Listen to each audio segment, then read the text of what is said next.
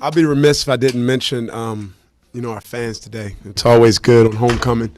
You can really feel it, the energy in the building. And, from the first time I walked in here, I imagined what it would look like, a field 6,513 announced. But really appreciative for everyone that, made the trip to Fairfax today to be at the game to support us. And happy homecoming to Mason Nation.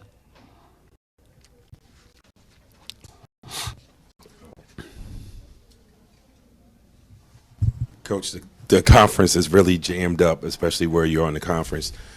Outside of the record, are you where you thought you would be right here as far as how you're playing, the style that you're playing? I think the overall spirit of the team is getting better. We have some disappointing losses, at St. Louis, GW at home, and St. Joe's to come to mind.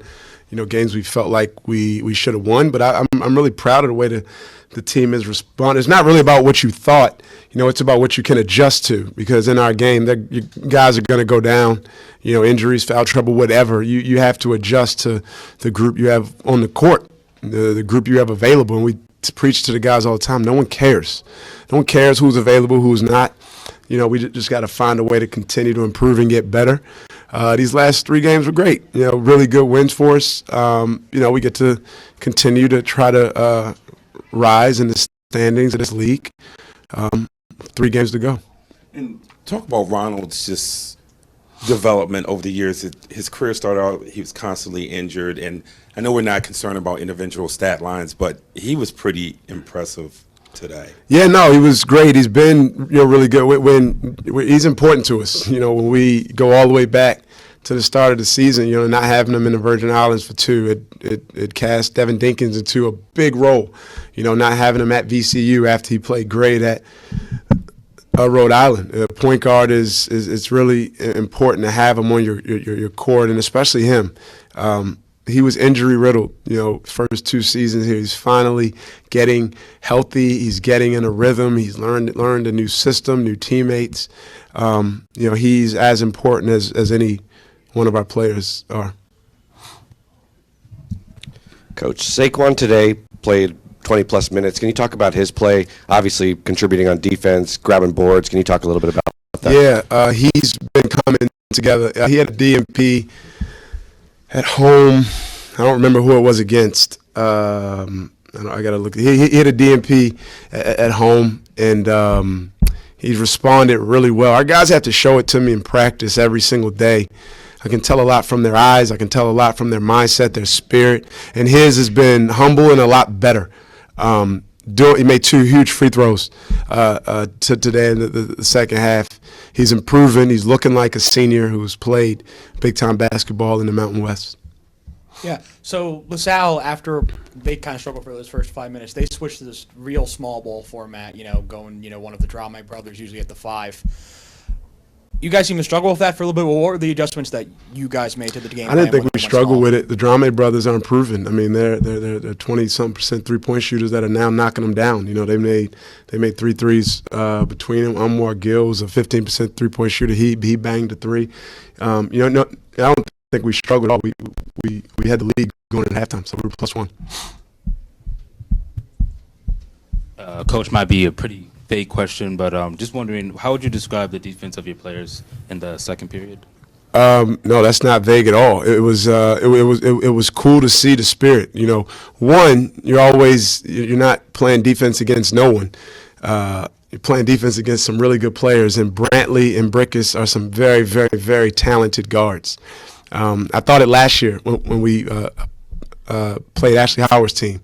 I thought they were dangerous and very capable. It's kind of cool to see how they've continued to mature in this league, stick with it at the same place.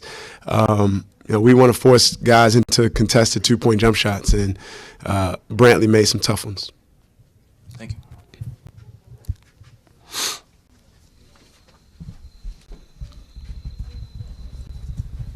Coach, getting to the line tonight, how important was that to the success to get this win, to get them early in foul trouble, to be able to get to the line? I mean, 21 of 34, I think, from the line was. Yeah, we play inside out. I think we're the first or second most foul team in our league. We really, obviously, Josh is a big part of it. He he demands a lot. A lot of them were fouls from double teams. Him getting through.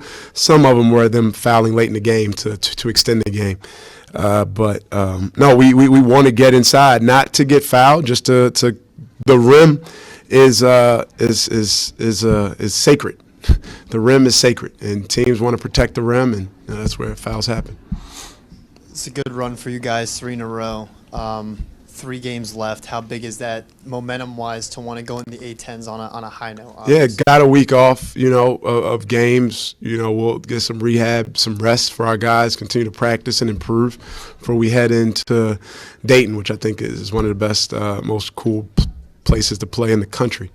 UD Arena, a great team that we have a ton of respect for, and sits up top, sits at the top of our league. We just continue to get better every single day. It's a different A-10 this season, right? So the conference tournament has some different implications. It's like kind of I don't want to say too much, but we just got to win we have to continue to improve. We have 3 more games heading into Brooklyn. And the last one for me, just the foul on Justin in the second half. You were kind of vocal on that with him on the sideline. What was kind of that? We don't flop. Discussion like? We don't flop. We don't flop. And we take charges head on in our chests, and it's glorious when you do it. So we got to keep working on that with our guys, but we don't flop. That's important to me. Kim, if you could expand on the crowd today for homecoming and just the boost that it gave you guys. No, it was great. It was great. It was loud, especially some key moments in the games. We just got to do something to get our students standing up more, stand up and yell and cheer and scream, sit down during timeouts at halftime. We got to get them standing up. We're going to do something for Fordham. I don't know. If you stand up, if I don't know, we'll give you something, food for free, pizza, chicken, sandwiches. We're going to give you something for free, students, if you can demonstrate that you stood up for over half the game. I'm going to figure it out. We'll get it out on our social media channels. We got a week and a half. If you don't sit down in the student section, we'll give you free food after the game. Have you thought about working out the students during the week off? No, orientation. The next freshman class, we're going to have a session. I'm going to have a student section session. 25 points for Josh. What did you see that they were trying to do against him, and how'd you guys counter The kid Decore, Mamadou Decore, is a really good on-ball defender in the post. When he's big, I thought he played some really good one-on-one defense. Josh got a couple of pokes and a busted lip. But they were good. They guarded him straight up with a good one-on-one defender, and then they sent a double team some. We got some good shots out of there. Justin had one. Coop had one. We just missed them. Devin had a good one. We got some good quality shots. We just didn't hit them. Coach talked about no flops. You guys took 3 charges today, but also I thought the 2 big defensive plays down the stretch.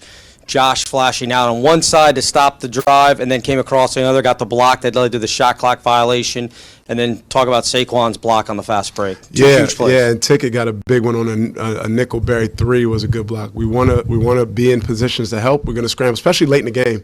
Late in the game when you go to a switching defense, it's because you don't want to be in rotations. But if a dribble drive happens, again, the rim's sacred. You have to protect the rim, which means you have to scramble and fly around and just play hard. LaSalle plays hard. Fordham plays hard. VCU, Dayton, the best teams in this league play hard. That's something we can continue to improve at, is how hard we play.